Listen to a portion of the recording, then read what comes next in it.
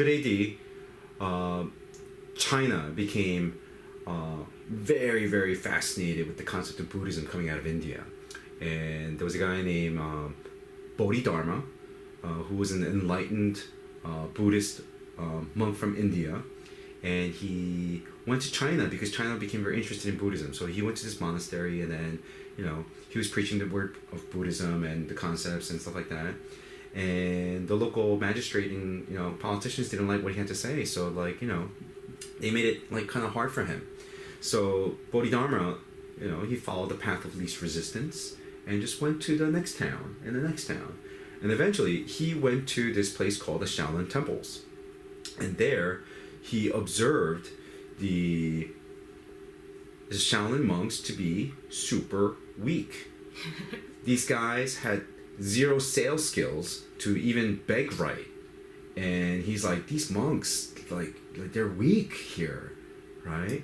And he sat in meditation according to legend, and he sat in the Shaolin temples for 7+ years in meditation, and one day he was gone.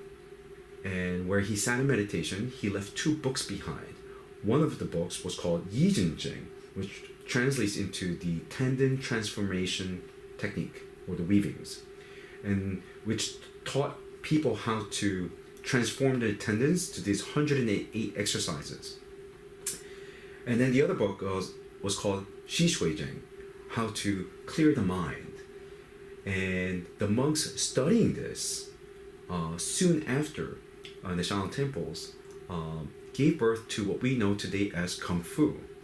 And what they did was they added the concept of pranayama from yoga, the breath work, and they infused it with Taoist cosmology and Chinese martial arts like horse stance and breath work. So instead of using yoga and breath work, they used Chinese postures and breath work, and they gave to it.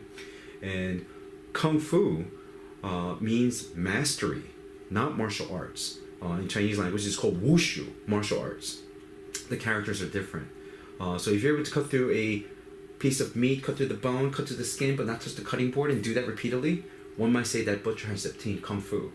Or if you're a street sweeper, you're able to just touch the dust, but not scraping the floor, therefore the marble floor is never scratched, and then you're able to constantly, so one might say, oh, that street sweeper has obtained Kung Fu.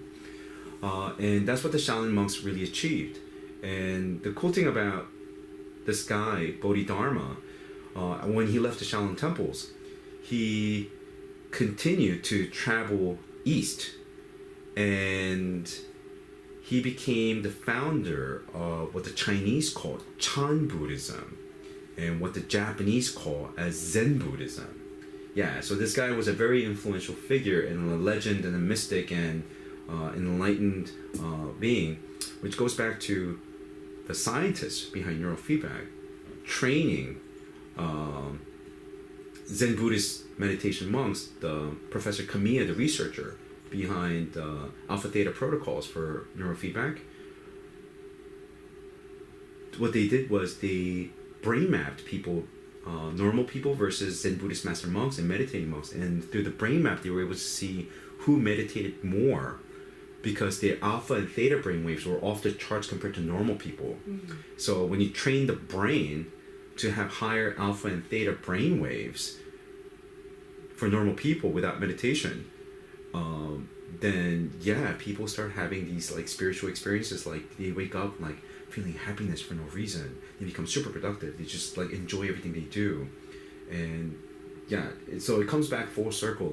It's funny how neurofeedback is a biohacking, but the way they developed it came from an extension of Zen Buddhist training, which goes back to Yi Jing, which is the physical form, right? I went off on a huge tangent, but yeah, that's where it's coming from. All right, to wrap